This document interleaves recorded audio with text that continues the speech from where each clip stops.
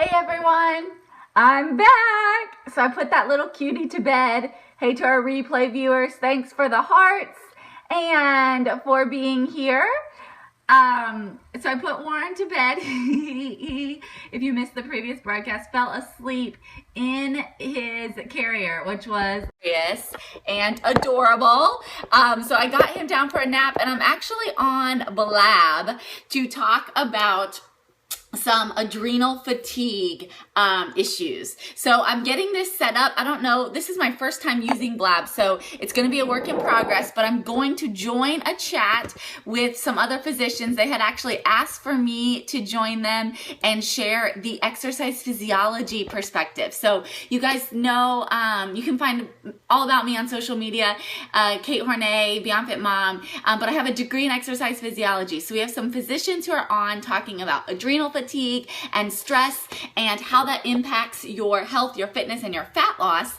And I'm going to be weighing in talking about the way your body responds from a hormonal perspective with training, overtraining, and stress hormones in general. So I'm going to set up on Blab so you can see us, and then we'll go from there. Does that sound good? Show of hearts. We'll see how this works. Okay.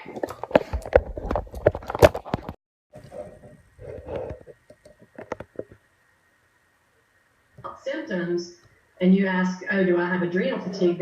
You may get kind of blown off, and they'll say that doesn't even exist. But hey, everyone. A situation where your adrenal glands, they get revved up at first, and then they get tired, basically, and begin to produce less cortisol, and you begin to feel the effects of that. So it's fatigue, it's cravings, it's a whole spectrum of symptoms that can be very vague.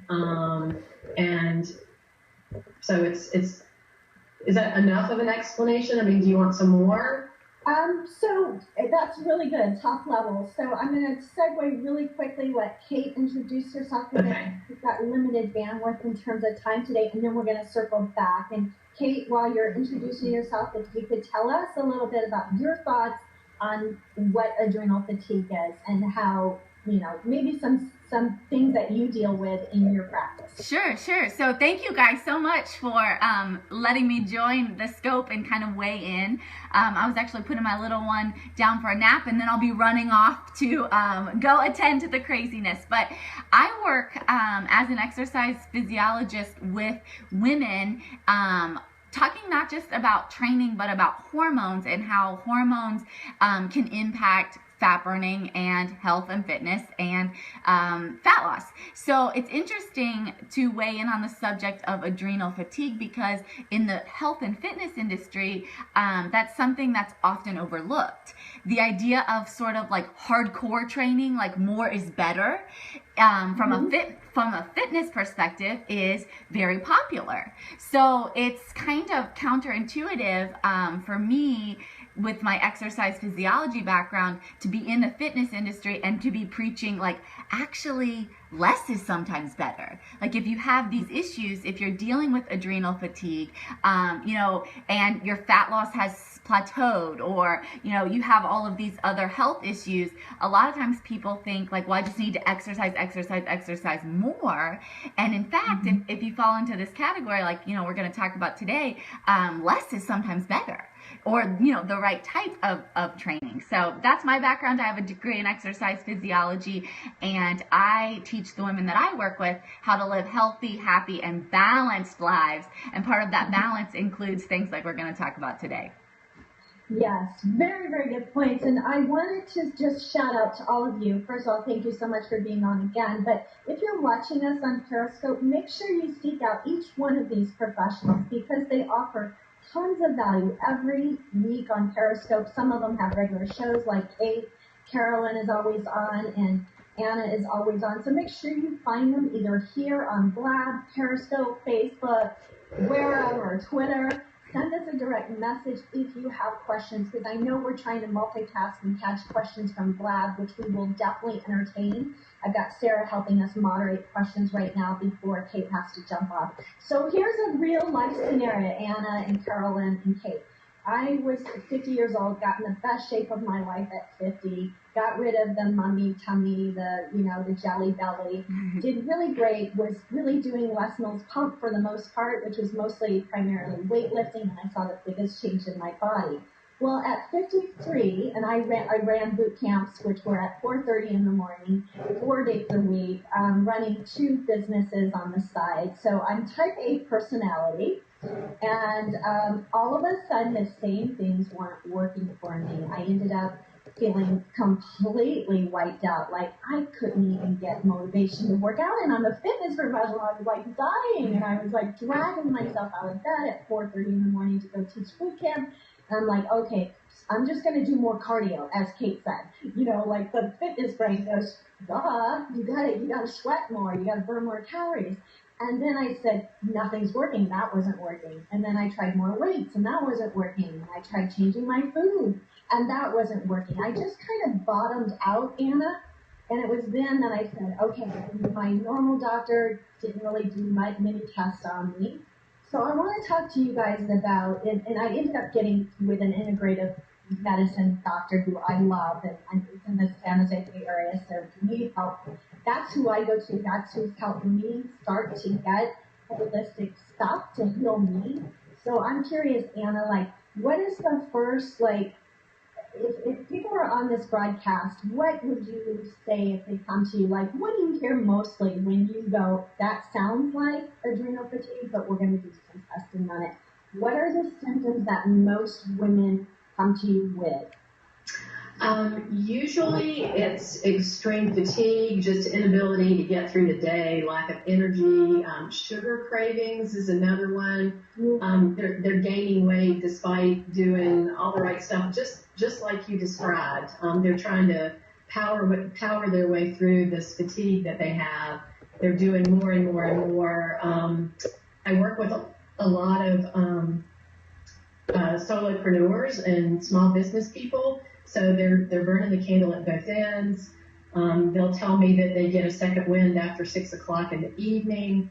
So that's when, in our discussion, I say it's probably helpful to do some saliva testing, which is the most reliable way to take a look at this, to figure out what's going on. And then, okay, so when we figure that out, so saliva testing is done by, how do you get that done, Anna? There are a couple of ways. You can work with somebody like me, and I include that as part of the package that I provide. Or there are websites where you can go and order test kits yourself. So ZRT Labs is who I use, and you can order your own test kit there. Canary Club is another site. I generally don't recommend that because then you have to have somebody to interpret it. So, I think it's sometimes unwise to do your own testing, but that is an option. Most physicians don't do that sort of testing, so they'll do like a morning cortisol blood test, which really tells you nothing about the rest of the day. So that's sort of the first step. Don't you think, though, also, like, and Kate and Carolyn weigh in on this, like, you almost have to become the best at happy.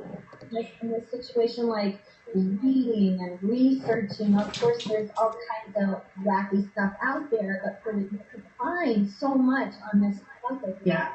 I kind of ended up having to be my own investigator and really, like, insisting that I get help.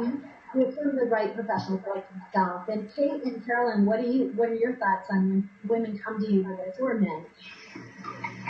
Yeah, well, I think a lot of the symptoms of adrenal fatigue are things that people, just kind of chalk up to normal life. I mean, I work with a lot of moms, and so our days are just crazy. And so morning fatigue or trouble waking up or, decreased libido, just feeling tired, that sort of thing. Like, for a lot of women, that just kind of seems to be like, that's just part of life, right? So I think being aware of this as an issue is very important. I see lots of women come with cravings for sugar, weight gain, those sorts of things that can be attributed to this kind of chronic stress and these hormone issues, and they just chalk it up to, I like sweets. So I think being mindful of it is very important. And Johnny says on the chat scope, he says, in the blab, all the symptoms you mentioned, you guys above, are seemingly a byproduct of our society. So many people would not even recognize they have the condition. Exactly. But Carolyn, thoughts? And that's so true. And it so much comes down to lifestyle. And also, when people are starting to get tested for certain things, what I have seen too is that there's often a correlation between adrenal fatigue and maybe a low, like underperforming thyroid issue as well. So anything that has to do with your endocrine system, right? We know that our endocrine system runs on healthy fats.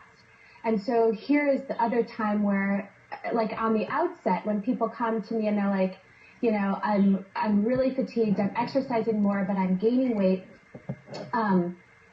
One thing to look at is diet and how much of your macronutrient balance is coming from healthy fats, and then also what people perceive as healthy fats.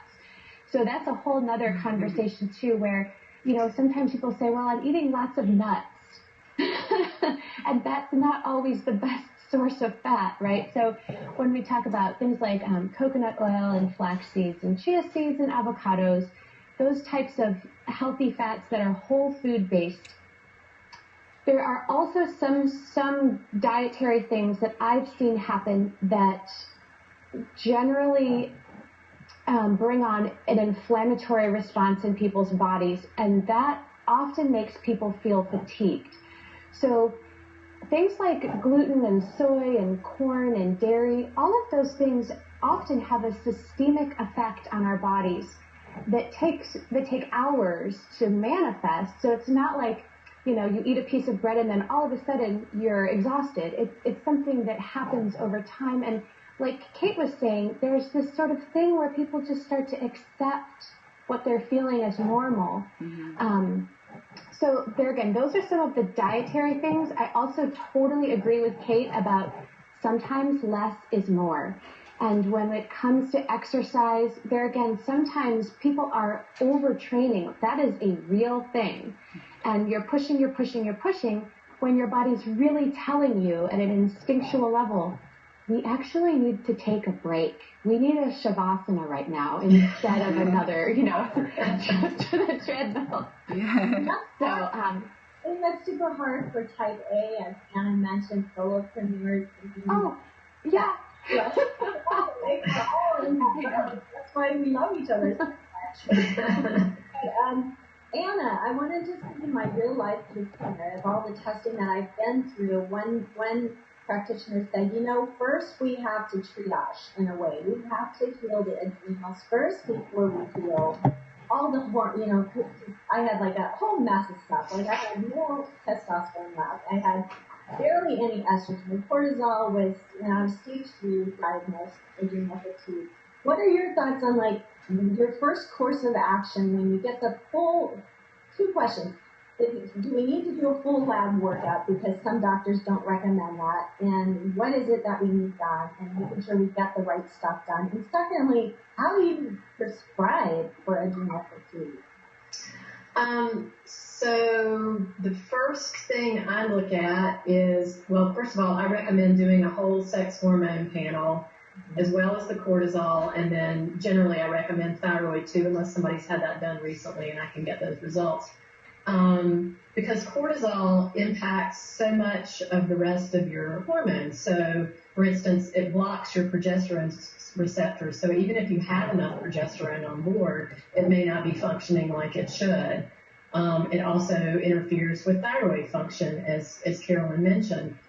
So it's important to look at the results in the context of, you know, how those lab results relate to each other. I always fix the progesterone and the cortisol first, because if you don't, you can actually make thyroid issues worse if you don't fix the cortisol first. And then fixing somebody's progesterone and getting that in balance with estrogen often helps testosterone as well as helping the estrogen-progesterone balance and helping to balance out estrogen dominance. So that's generally where I start.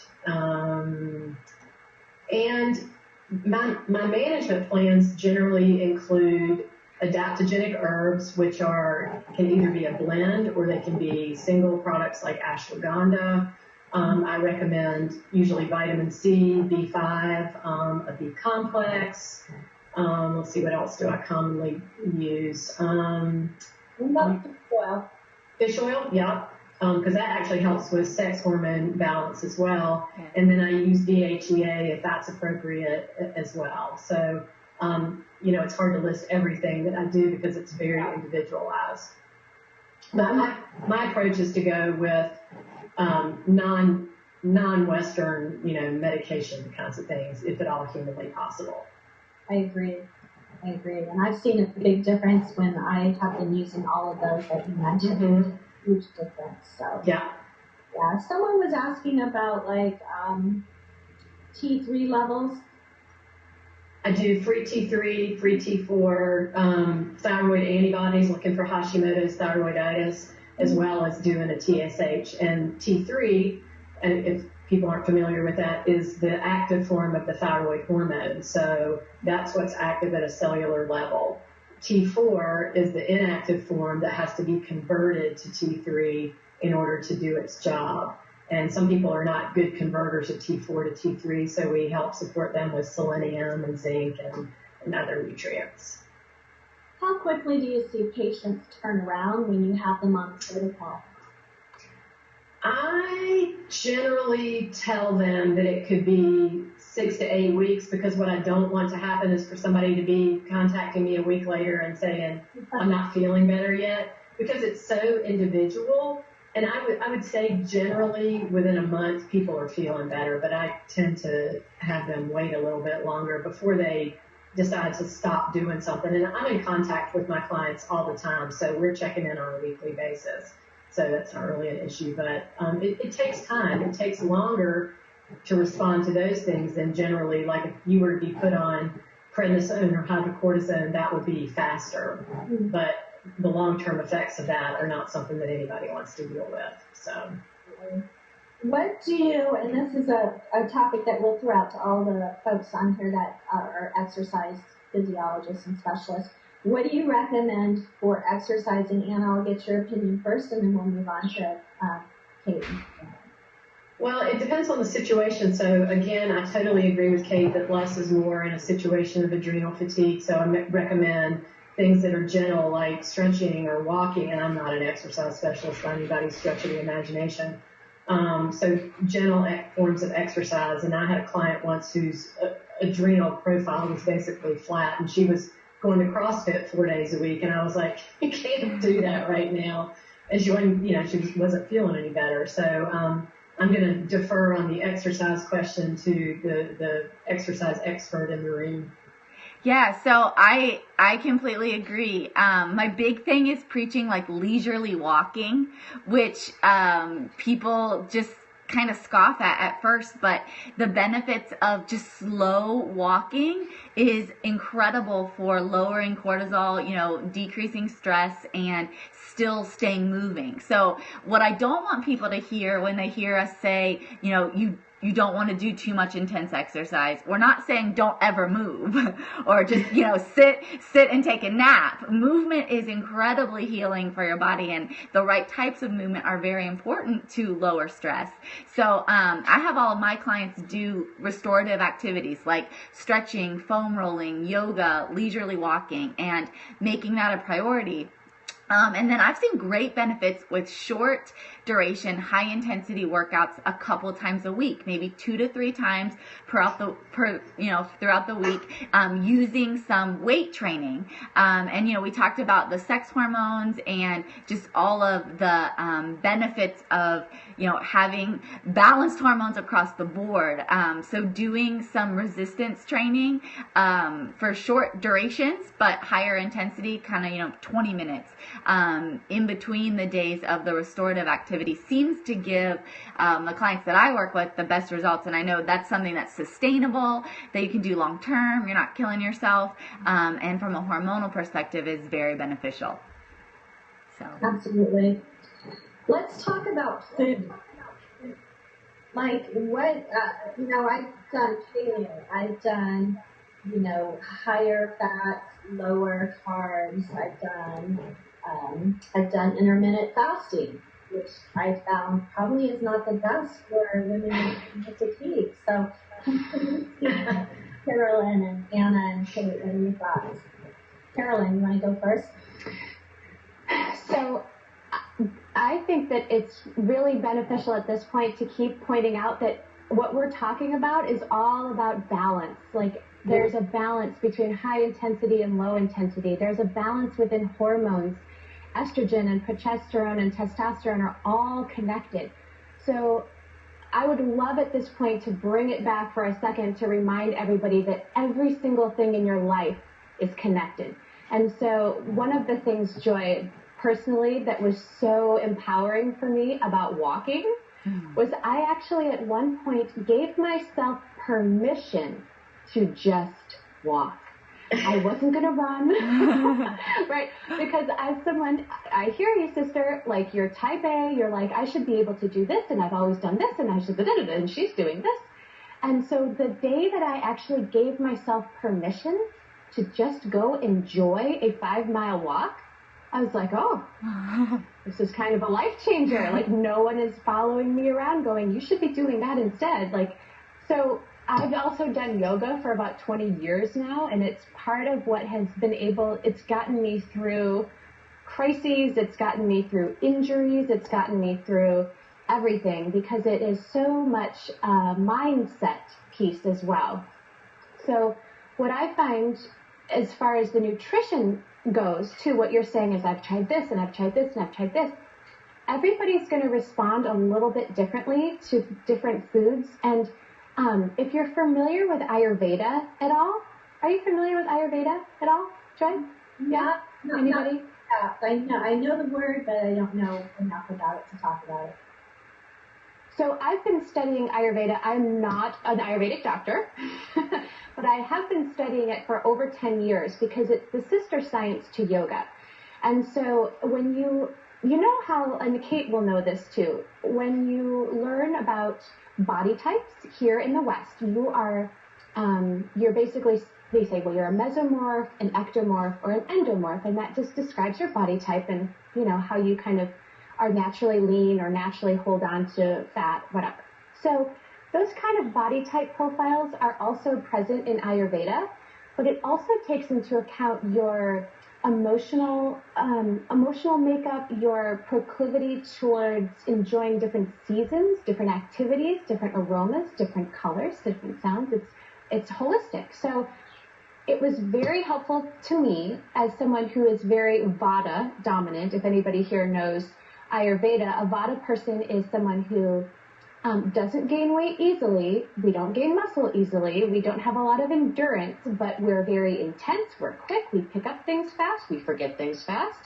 And we benefit from eating foods that are heavier in nature, like cooked foods.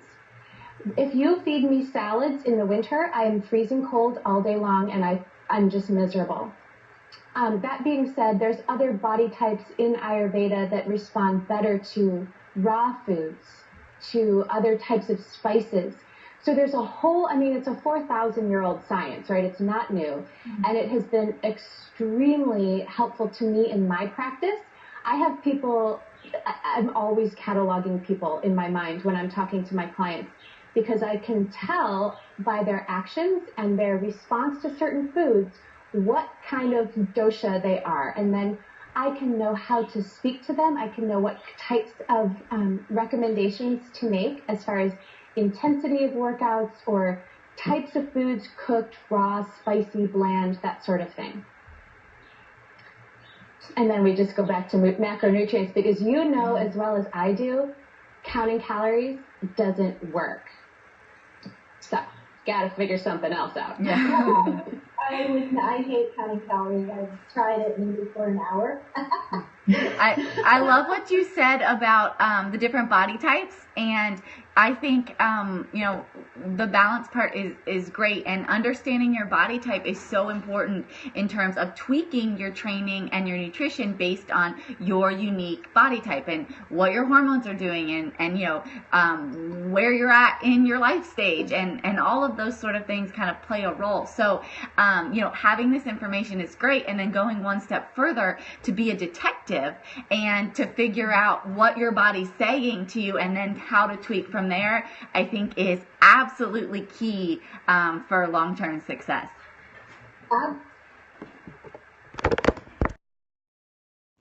Okay, so we wrapped up the quick blab. Now, what did you guys think about that? Did you like the blab idea? That's something completely different. I wasn't sure how it was gonna go, but it looked like you could see okay. And we didn't lose anyone, right? Are you guys all still here? Okay, so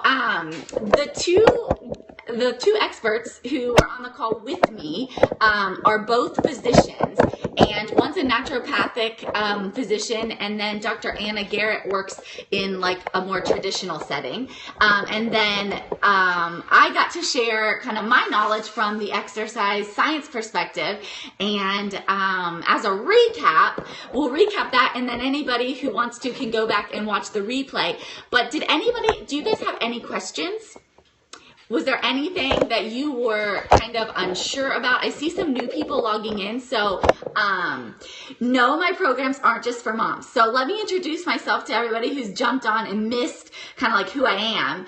And then I'll tell you where you can go to join. Okay, so I'm Kate Hornay, and I told you at the beginning, I work with women, not just moms, but women all across the globe to teach them how to live healthy, happy, and balanced lives. So we talk about training, we talk about nutrition, and then like you heard today, we talk about the missing piece of the puzzle, which for many women is hormones. So I want to see in the comments, I want to see like a thumbs up if you are learning that hormones matter. I just want to know we're on the same page. We are the BeyondFit Army. So I want to see with a thumbs up in the comments, you understand the importance and the value of addressing the hormonal aspect. Yeah, you got it. Okay, so you can find out all about me at BeyondFit Mom on social media, Facebook, Instagram, BeyondFitMom.com. We've got thumbs up, thumbs up. Hey, Kelly, hey! I didn't get to see a bunch of you guys coming in because I was answering those questions. So if you're new, actually, will you tell me new in the comments? And if you're a sister, just tell me you're a sister and give me your name real quick. Yeah, okay, so you can join our program, so speaking of sisters, at BeyondFitLife.com, and we do exactly what we were talking about on this interview. So the interview was specifically on adrenal fatigue, but you noticed some things that came up. We talked about, hey Christy, hey Lori, hey Deanna, awesome. We talked about training, we talked about nutrition, we talked about hormones. We also talked about body types, and we talked about how different body types have different hormonal profiles. Different body types. Hey, Laura. Hey, Adriana. Awesome. Glad you guys are here. Different body types cause you to burn and to store fat differently.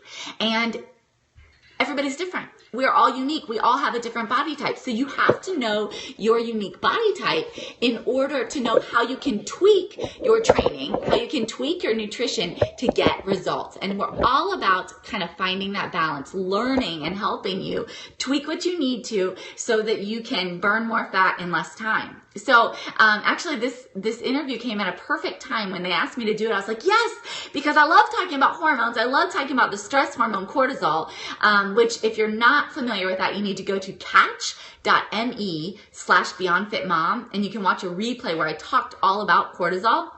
On the interview, they also talked about estrogen and progesterone ratios, and we did a whole periscope on estrogen and progesterone. So I'm like, all of this stuff we've already talked about, right? At the end, we were talking about body types, and if you go to beyondfitlife.com/webinar replay, you can watch an entire hour-long training on the different body types and how to tweak your training and nutrition based on your body type. So you can go there to find that replay. Yeah. So, okay, so We talked about estrogen and progesterone, and I have a replay on those hormones and how you can balance your estrogen and progesterone so that you're not estrogen dominant. Estrogen dominance causes fat storage in the hips and in the butt, so that's something that you want to work on. We talked about cortisol, and so that was kind of what the interview is about. That's adrenal fatigue. And adrenal fatigue is really just a term that refers to high elevated cortisol over a long period of time. So chronic stress. And there are really three things which you should have gotten from the interview that you need to focus on if you believe that your stress levels have been elevated for too long. Chronic stress. Now they went into talking about tests and all that sort of thing, but I'm just going to tell you, if you think that you might struggle with this, just go ahead and make these changes now. You can talk to your doctor, absolutely, but here are three changes that you need to focus on. The first is you need to train right. Okay, so we talked on the interview that training right means not overtraining. You can't do hardcore exercise all the time. Overtraining is going to raise your cortisol levels. It's not going to give your body time to bring that cortisol back down. So you want to do smart, efficient workouts. BeyondFit Life plug. They're the best. But you want to do like 2 to 3 days of high intensity, short duration workouts like our BeyondFit Life workouts, and then focus on restorative activities like leisurely walking, yoga, stretching, foam rolling. I did some stretching this morning, and then you guys saw we went on a walk. How cute was Warren? Show of hearts. Did you watch the last broadcast where I was asking you what time you wanted to chat? And did you see him falling asleep? He's actually still sleeping. He's teething. So, he's been tired, a tired boy. So the first is you need to train right. The second is that you need to eat right. And we talked about that on the interview as well. And we were talking about making sure you're getting enough healthy fats, making sure that, all of your vitamins and minerals are there. I like BCAAs as a supplement to help with stress levels. I know vitamin B helps with energy. You can take a multivitamin. I did an entire scope on why I take a multivitamin. And you can watch that at catch.me/BeyondFitMom. But making sure your nutrition is right. So you need to train right. You need to eat right. If you need help with your nutrition, maybe calculating your macros or figuring out what the right ratio is of protein to starch to healthy fats, we have a tool in the BeyondFit Life members portal. So sisters, you can just log in and you can use that as a starting point to kind of figure out where you need to be. And then the third is just the lifestyle factor. And I call this living right. So we eat right, we train right, and we live right. And that really is where hormones come into play as far as stress hormones. So making sure you're getting enough sleep. We did an entire scope on cortisol and sleep and how important it is. Also making sure that, you're not stressing, not worrying, trying to let things go, which I'm super type A and I tend to be a worrywart. I'm just confessing. So that's something that, I've been working on myself. But those are just real life tips. We're not about taking crazy expensive supplements. I'm personally not into a bunch of herbs and stuff. I'm just like, I just want real life practical tips. I'm a busy mom and that's what I need. And I can tell you that I've worked with hundreds of women who have fallen into this category of having chronic stress and suffering from adrenal fatigue. We talked about this on the beginning, so if you missed it, you can watch the replay, but signs of chronic stress and adrenal fatigue are things like having trouble sleeping, not waking rested, feeling fatigued, having a low sex drive, just general depression. Some people have like body aches. Some people get migraines. Some people have like increasing cravings for sugar. So if you think you fall into that category, we can talk more in the members group. So go to the BeyondFit Life members group, and if you have questions, let me know. But those are some tips. You want to train right, you want to eat right, and you want to live right. You're guilty of all of them. Oh, well then we need to help you. We need to get you back on track. Yeah. Thank you for my secretary. I love my secretary. So I could not see any of the comments during the interview because I was focused on the interview part. But I want to answer any questions that you have. So post those on the Facebook group. I'm happy to answer. And let's all go out with one like giant heart blast and give me some emojis. Like I just want to see like some thumbs up. Are you guys interested in this information? Yeah. Okay, good, good, good. Well, I'm going to go grab my crazy. Okay, so one, Dr. Anna Garrett, she's just a kind of regular physician that you can follow. And then I actually wasn't familiar. The other was another, I'll have to get their screen name. The other was another kind of naturopathic holistic health practitioner.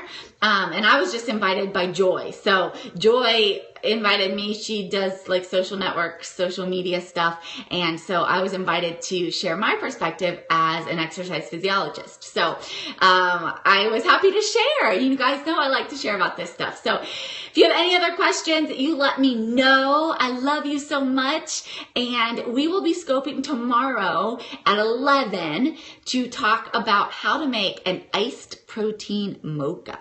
So if you like protein, if you like chocolate, and you like coffee, those are like 3 of my favorite things, then join tomorrow at 11-ish, depending on Warren's nap, and we'll plan to talk then, okay? So it's a low-key day here. It's kind of gloomy outside. I was glad we got our walk in this morning, so I'm going to hang out with my man while my little man sleeps, and then we're just going to cuddle and snuggle and enjoy the day. So I hope suggestions for birthday party snacks would be great. What type of birthday party? Like kids snacks? Your baby's turning 1. Oh, okay, cool. Well, happy birthday to your little one. Okay, so things to focus on when it comes to snacks. I like the 2 P's, protein and produce. So I always focus on those 2 things. For produce, fresh fruit is great. Chopped veggies, fibrous veggies is awesome. You could do like a veggie tray. I like to make Greek yogurt dip with like a ranch seasoning packet. So that's a lot healthier. It has more protein than like a ranch dressing. Homemade chicken nuggets are amazing. For protein, you can do like little, trying to make it second nature. It'll come. Little like turkey roll-ups. You could do, cheese is great for the little kids if you want to do that. You could do like little kebabs with like a little bit of protein and maybe some veggies and kind of alternate. I know Jackson loves little kebabs. We did, for Jackson's first birthday, we did a jungle party. And I did monkey bites, and I did a frozen banana, a little slice with fruit kebabs. Yeah, great idea. With like some natural peanut butter, and then another slice of frozen banana, and then I dipped them in a little bit of dark chocolate, and they were a big hit. So those are really fun too, and he really likes those. We actually just eat them as a snack now. So that was a good treat. Well, you'll have to let us know how the party goes. I'm sure it will be a blast. You'll have to let us know what you decide to make. Yeah.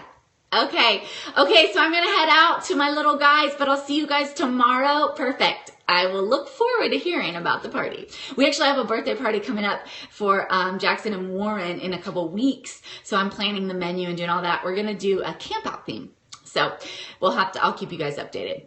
But okay, I hope you have a great day. I love you, and I'll talk to you later. Fist bump. Bye.